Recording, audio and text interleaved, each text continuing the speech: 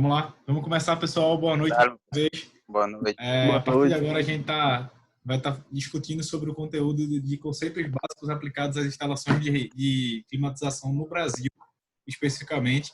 A gente vai estar falando sobre algumas normas que regem os padrões de instalação no nosso país. E, além dessas normas, a gente vai estar trazendo alguns exemplos desses tipos de instalação e suas aplicações. Beleza, pessoal? Beleza. Né, na última semana, a gente viu um pouco sobre o conceito de conforto térmico e qualidade do ar. Eu passei a atividade para vocês, eu não vi ninguém me entregando essa atividade e respondendo lá no linkzinho que eu deixei o questionário. Eu peço ajuda e empenho de vocês para que vocês possam responder. Eu sei que a correria está grande, a gente vê aí, ó, Fernando Lucena está no ônibus ainda, voltando do trabalho para casa, está fazendo todo o esforço dele para estar na aula nesse momento. A gente agradece isso. Também que vocês realizem as atividades, é muito importante para que vocês possam fixar todo o conhecimento que a gente está passando aqui e está discutindo no dia a dia. Beleza, pessoal? Como eu falei, semana passada a gente viu isso, a gente viu um exemplo de um shopping na Malásia que desligou seus equipamentos de ar-condicionado e sofreu com a danificação dos produtos de lojas de investimentos, de lojas de produtos de investimento. De ver o conceito de umidade, a criação de mofo através da umidade, e que o nosso equipamento, ele condicionando o ar, ele condiciona também a grandeza, que a gente chama essa grandeza de umidade relativa, diminuindo a umidade relativa, controlando nos padrões aceitáveis para que efeitos e proliferações de fungos e algumas bactérias não venham a acontecer devido à alta incidência de umidade relativa no ambiente. Beleza, pessoal? A gente não pode falar disso sem falar da norma. Fernando, eu não sei o teu. Aí por isso que eu não falei mais, que tá sem roda e tal. A gente não pode falar disso sem falar da norma que... Tá me tirando a... Fernando, eu peço desculpas, mas eu vou deixar o teu áudio mute. Se tu quiser falar alguma coisa, tu levanta a mão, porque o barulho do ônibus tá saindo todo aqui pra gente, beleza? Tá bom. Obrigado. Se você quiser falar, você levanta a mão que eu tiro o mute. Obrigado. Ó, a norma que rege as instalações de ar-condicionado no Brasil se chama NBR 6410. Ela toma conta de instalações centrais de ar-condicionado para conforto. Ela estabelece as bases fundamentais para a elaboração de projetos, das especificações, o termo de garantia e a aceitação de instalações. Como assim, professor? Sabe tudo aquilo que a gente vê no manual de instalação de um fabricante de split, por exemplo? Tudo aquilo, pessoal, é regido pela NBR 6410. Tudo aquilo que o fabricante determina para instalações, por exemplo, de um split, está embasado na NBR 6410. Professor, é só uma norma para reger tudo isso? Então, no Brasil, para instalação de ar-condicionado, é a NBR 6410. Só que existem algumas normas internacionais que regem também as nossas instalações de ar-condicionado. Uma delas ela é regida pela ASHRAE e a ANSI, que são normas estrangeiras que fazem regimento também dentro do nosso país. Como, por exemplo, imagina o seguinte, determinado cliente vai num fabricante e compra dele um equipamento que é importado. Esse equipamento que é importado tem certificação mundial, ele vem certificado através das normas ASSI e ASHRAE. Por exemplo, você compra um chiller, que é um resfriador de líquido. Quando você compra um chiller, esse chiller geralmente ele tem certificações mundiais, porque ele deve atender às certificações de vários países de forma comum. Para isso, ele usa essas duas normas, que são normas estrangeiras, para poder fazer a sua certificação e seu regimento, ele trabalha dentro daqueles padrões. Que padrões são esses, professor? Pressão, temperatura, padrões de segurança, unidades de medida. Esses equipamentos têm uma tecnologia embargada um pouco mais avançada, e para isso ele precisa ter um padrão para que isso possa ser divulgado e disseminado no mundo inteiro. Tem alguma dúvida, pessoal, aqui? Resumindo, é o selo da Anvisa, né? Oi? Como se fosse o selo da Anvisa. Isso é como se fosse o selo da Anvisa. Vamos dizer que o selo do Inmetro. De boa. Beleza? Ficou bem, um pouquinho claro, né? Dá para entender. Ó, Uma coisa que é importante a gente entender também, pessoal, é o seguinte: o que é condicionar um ambiente? O que é promover o condicionamento nesse ambiente? Em regra geral, o condicionamento de ar em um recinto significa você submeter aquele ar, aquela massa de ar que existe no recinto, a certas condições compatíveis com o objetivo da instalação. Como assim? Se eu instalo um ar-condicionado no meu quarto, qual é o objetivo dessa instalação? Resfriar, temperatura. Exatamente, diretamente diminuir a temperatura desse ambiente para promover o conforto térmico. Vocês concordam? Exato. Sim.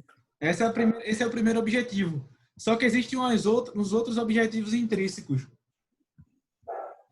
que a gente, algumas vezes, não presta atenção. Que objetivos são esses?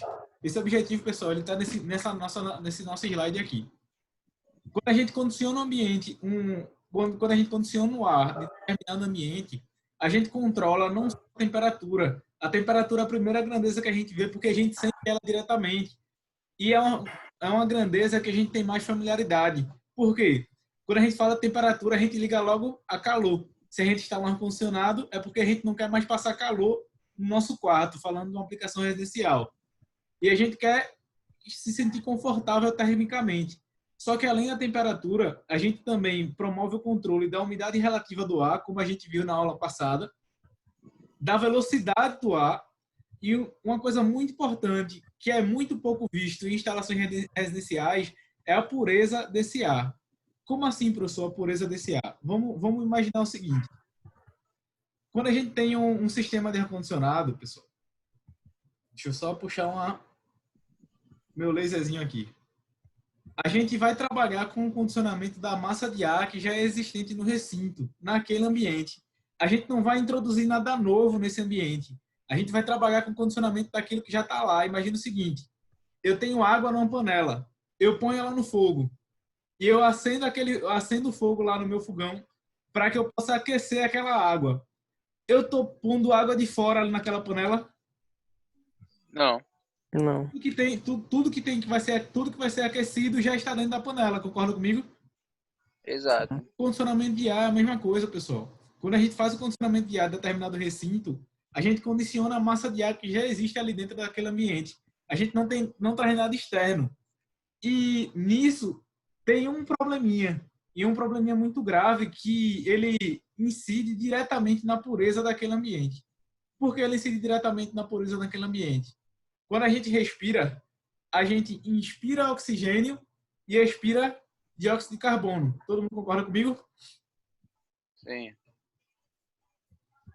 Só que se a gente está num ambiente fechado, a gente vai inspirando o oxigênio e expirando o dióxido de carbono. Isso vai chegar a um ponto que, naquele recinto, a gente vai ter mais dióxido de carbono do que oxigênio. Vocês concordam comigo? Uhum. Isso aí, algumas pessoas chamam de cansaço do ar. Por exemplo, você está num carro dirigindo e você dirigiu ali 4 horas, 2 horas seguidas. Com o tempo, você vai começar a ficar com sono. Esse sono não é só proveniente de você estar dirigindo o carro por muito tempo, estar na mesma posição. Isso vem proveniente desse mesmo fenômeno. Porque a gente está no fechado. Né? Oi? A temperatura que vai mais esfriando, tá? Vai ficando mais Não intensa. só a temperatura, mas a concentração de dióxido de carbono no ambiente, que vai fazendo com que a quantidade de oxigênio vá diminuindo, entendeu? Como a gente não tem renovação, a pureza daquele ambiente ela vai diminuindo, a gente vai perdendo pureza. Isso acontece nos nossos ambientes também, e para isso a gente precisa ter renovação de ar, e essa renovação de ar precisa ser tratada. Isso é um assunto para uma próxima aula, mas eu queria só introduzir um pouco desse assunto para que a gente pudesse poder discutir isso mais na frente. Vamos lá. A gente condiciona o ar através dessas grandezas. A primeira delas é a temperatura. Como é que a gente faz isso? Através do ciclo de compressão de vapor, do ciclo de refrigeração, que a gente já discutiu várias vezes, vocês já conhecem: compressor, o condensador, dispositivo de expansão e o evaporador. Isso a gente faz um rebaixamento da temperatura. É sensitivo, a gente consegue sentir diretamente. Logo depois, a gente também faz o controle da umidade relativa. Equipamentos da linha residencial não têm controle exato, não fazem o controle da umidade relativa no ar.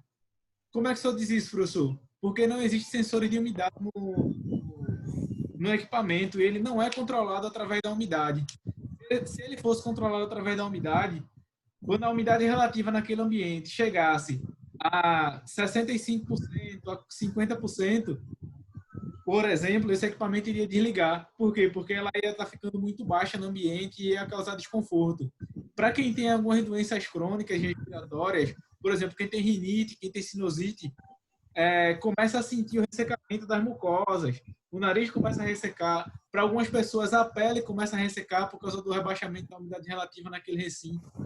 E para outras, a boca também começa a rachar, dependendo das condições daquele ambiente. O nosso equipamento residencial não tem esse controle, que é o controle de umidade relativa. Se eles tivessem, isso não aconteceria. Professor, isso é um problema? Geralmente não, pessoal. Mas ele pode ocasionar alguns problemas e é importante que a gente saiba como é que isso vai acontecer. Uma outra questão é que a umidade relativa do ar, ela também promove o que a gente vai ver mais na frente na carta psicrométrica, algo que a gente chama de temperatura de orvalho. O que é temperatura de orvalho? Falando abruptamente, ou seja, grosseiramente, a temperatura de orvalho é a temperatura que a gente vai criar no equipamento, no insuflamento do equipamento, gotejamentos, criação de gotículas nesse equipamento. Essa criação de gotículas vai fazer aquele espazimento que a gente quer bem incômodo para nós. Esse espazimento, ele vai ser criado na paleta do equipamento e ele vai começar a pingar para dentro do ambiente. A gente às vezes vai achar que é o dreno entupido, obstruído, e não é. É só por causa da temperatura de orvalho. Ou seja, a temperatura onde a massa de água, ou seja, a massa de umidade relativa naquele ambiente vai começar a se transformar, a ter o seu estado físico transformado, vai mudar de fase, vai sair de vapor para líquido, e esse líquido vai começar a gotejar dentro do ambiente. Como é que isso ocorre normalmente? Quando o equipamento funciona e começa a baixar a temperatura, ele começa a tirar a umidade relativa do ambiente também. Como é que a gente vê isso? Isso sai pelo dreno e vai para o ambiente externo. Saindo pelo dreno e para o ambiente externo, a gente vê a umidade relativa indo embora na forma física de líquido. Até aqui, pessoal, tá dando para entender?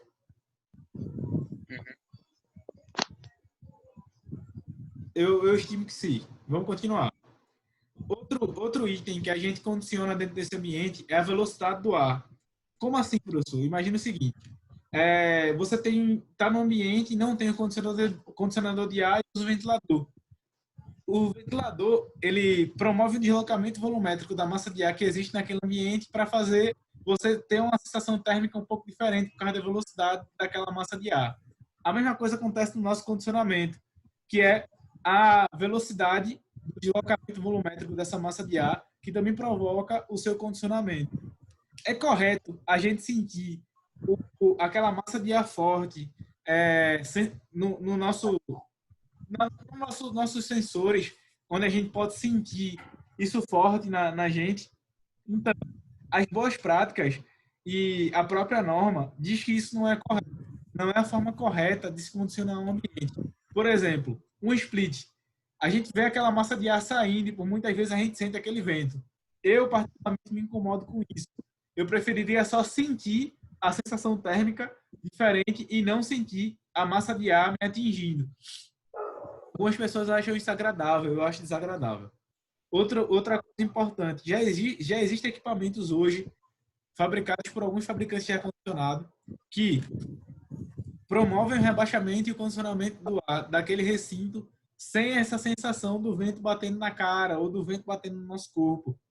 E isso é muito bom, é uma evolução muito grande para os nossos equipamentos. Outra coisa que o condicionador de ar controla, pessoal, é a pureza naquele ambiente. Quando a gente fala de equipamentos residenciais, a gente não deve levar isso tanto em consideração, porque geralmente ele está sendo usado por 2 pessoas. Num quarto, por exemplo, ou por uma, quando é um quarto solteiro. Numa sala por 5 pessoas, mas você tem abertura de janela em determinado ponto, ou uma porta que se abre para alguém entrar, e você promove a renovação de ar daquele ambiente, fazendo com que as propriedades físicas e químicas e bioquímicas daquele ambiente sejam renovadas.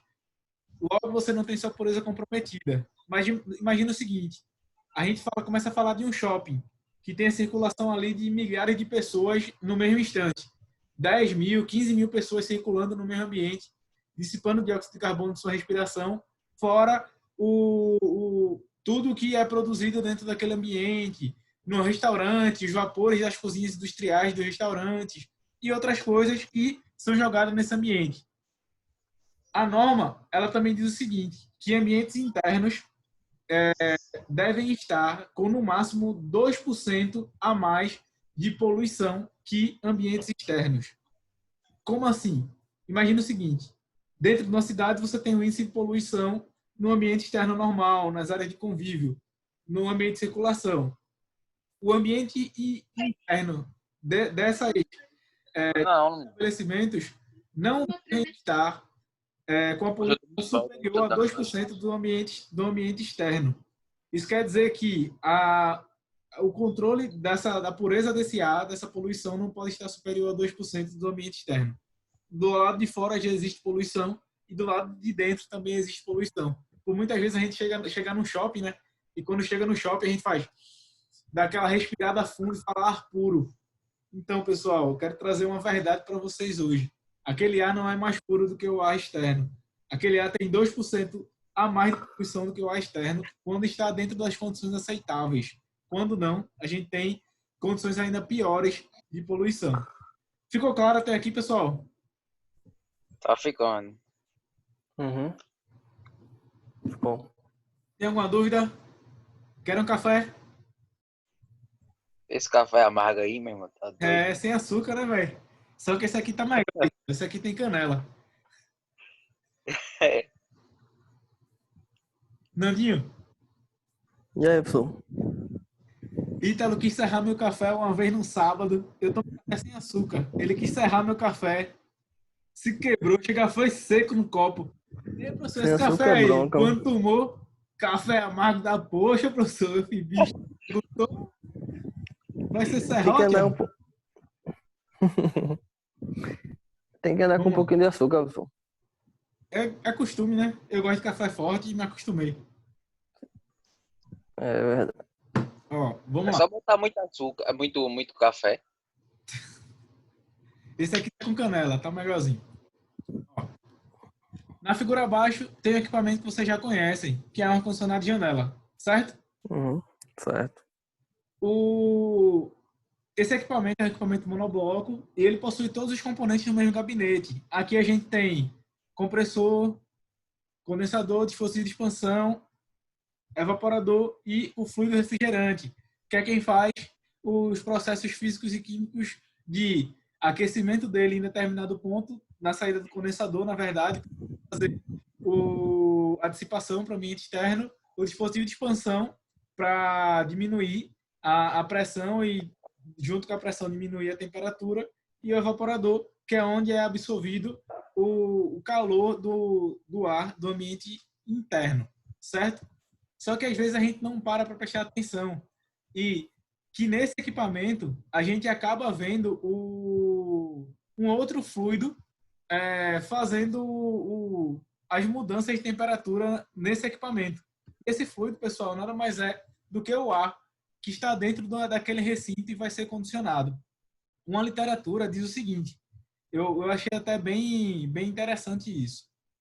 O fluido utilizado é o próprio ar, que é refrigerado, tratado e em outro subsistema fechado, que é o ciclo de refrigeração. O ar refrigerado é introduzido no recinto, onde se mistura com o ar contido no ambiente, e essa mistura gasosa, devidamente controlada em seu fluxo, temperatura, umidade, pureza, dará as condições de conforto. Esse é o conceito aceitável de conforto para os nossos equipamentos. É muito importante a gente saber disso, porque eu estava conversando com um aluno hoje da turma do sábado e a conversa foi muito produtiva. Infelizmente, ele não está aqui agora. Por obrigações que ele tem, ele trabalha nesse horário também, não consegue participar das aulas, mas vai assistir com certeza logo depois que a gente carregar no YouTube. E a gente conversou bastante sobre isso e sobre a importância desse conhecimento teórico. A gente está tendo, pessoal, uma oportunidade ímpar em poder estar dedicando tempo a ter o aprendizado desses conceitos teóricos que geralmente no nosso dia a dia, como o nosso curso, ele é, de certa forma, muito mais prático que teórico, a gente não consegue abordar isso. Pessoal, vou dizer para vocês, vocês conhecem o meu currículo, vocês já estão acostumados, acho que estão até cansados de ouvir falar isso, mas lá na empresa, eu trabalho no fabricante, eu já realizei seleções, já participei da realização de seleções, onde pessoas que saíram do curso técnico de uma escola muito famosa aqui da nossa cidade não conseguiram responder nenhuma das perguntas do questionário. Tinha 4 perguntas no questionário. A primeira pergunta perguntava sobre o ciclo de refrigeração. A segunda, a importância do teste de vazamento. A terceira era um pouquinho mais complicada. Era como realizar os passos para realizar a troca de um compressor no sistema de refrigeração. E a última era a importância do vácuo no sistema no trabalho e na reoperação do sistema de refrigeração e o que era o vácuo. E só uma pessoa conseguiu responder 3 dessas perguntas. A seleção ela passou 15 pessoas, pessoal, e só uma pessoa conseguiu responder. Para vocês verem o que eu falo no dia a dia para vocês e o que a gente tenta passar. Se vocês abrirem um pouquinho os olhos para isso que a gente está passando agora e essa oportunidade que a gente está tendo de disseminar esses conhecimentos, isso vai fazer total diferença mais na frente. Se vocês dominarem esses conceitos, mais na frente, vocês não vão ter nenhum problema em determinar e diagnosticar defeitos nos equipamentos e até realizar instalações de uma forma melhor e oferecer para os seus clientes melhores formas de instalação. Beleza, pessoal? Vocês conseguem entender direitinho? Beleza, eu só entendo. Beleza, vamos lá. Como a gente já conhece, esse equipamento ele possui uma flecha de ar de insuflamento, que é onde tem a saída da massa de ar condicionado, tá? Eu acabei de ler para vocês o que tem aqui na literatura, que eu achei bastante interessante trazer para vocês. Eu queria ler mais uma vez. Diz o seguinte, algo muito importante aqui, ó, que o fluido que é utilizado, de certa forma, no recinto é o próprio ar, que ele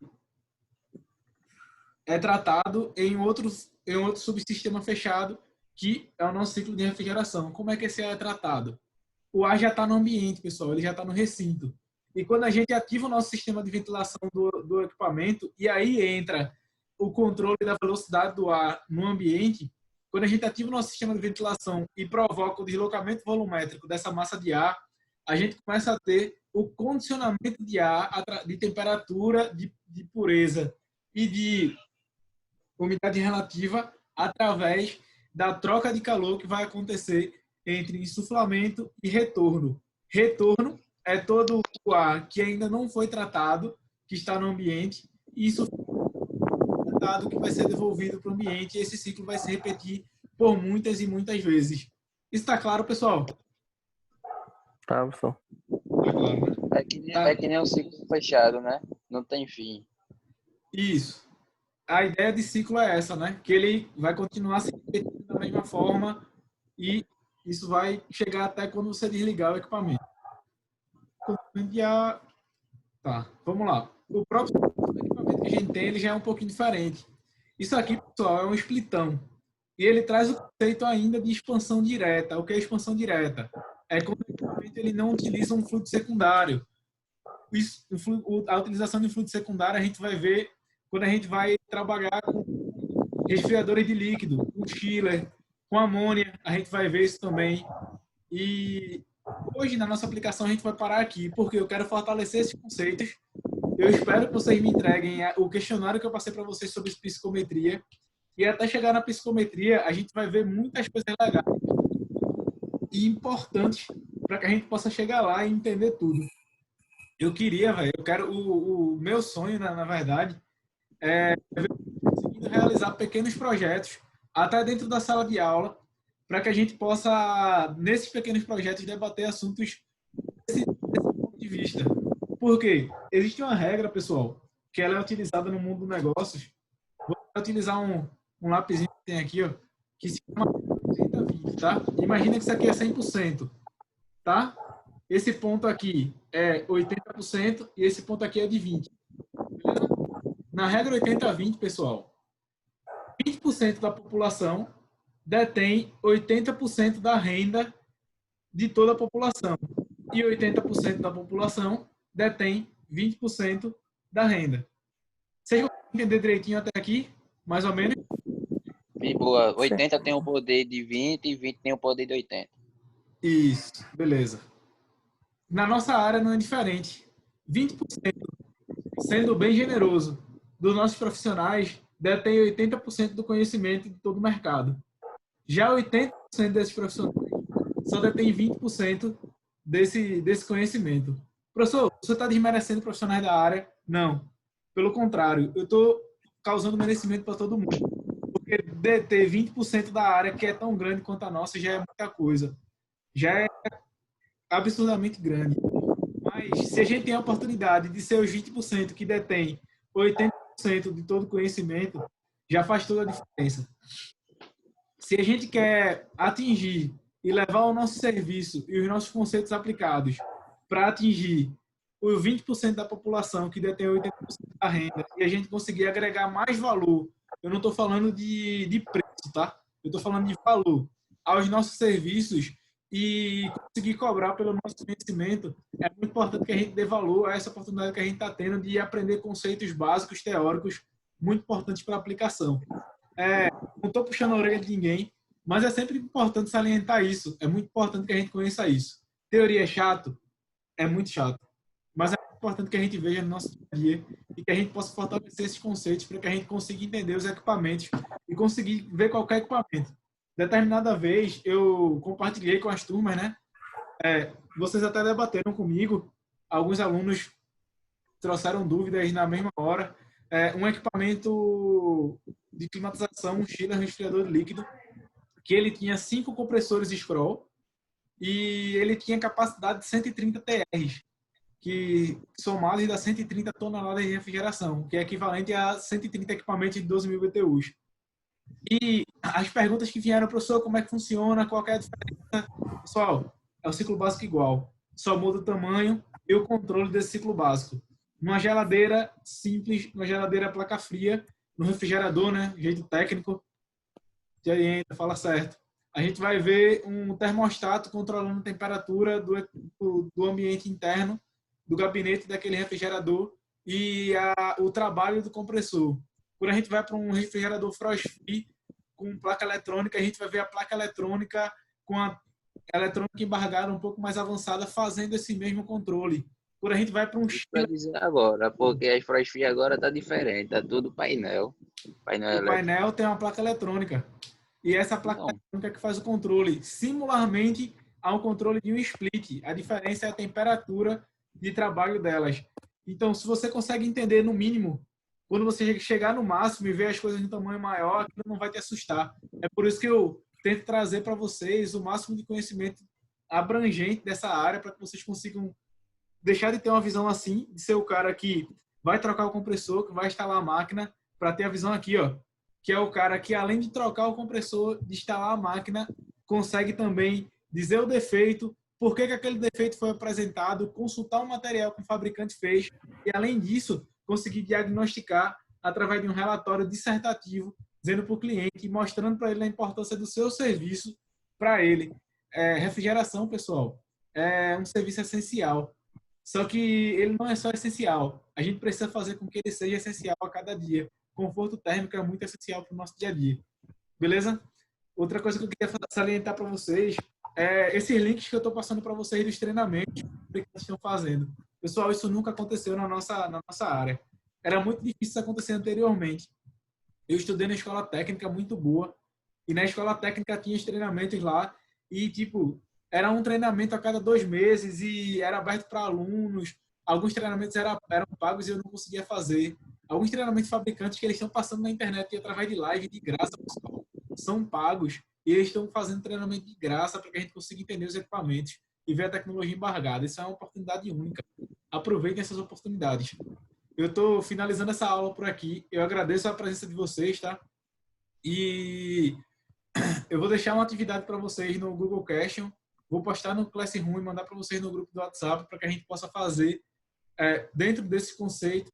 E eu aguardo também a resposta de vocês do questionário sobre psicometria. Beleza, pessoal? Amanhã a gente se encontra aqui de novo para estar trazendo mais alguns conceitos e as dúvidas que vocês tiverem pode trazer para nós. Beleza? Beleza. Valeu, pessoal. Boa noite para vocês. Valeu. Descanso. Boa noite. Até amanhã.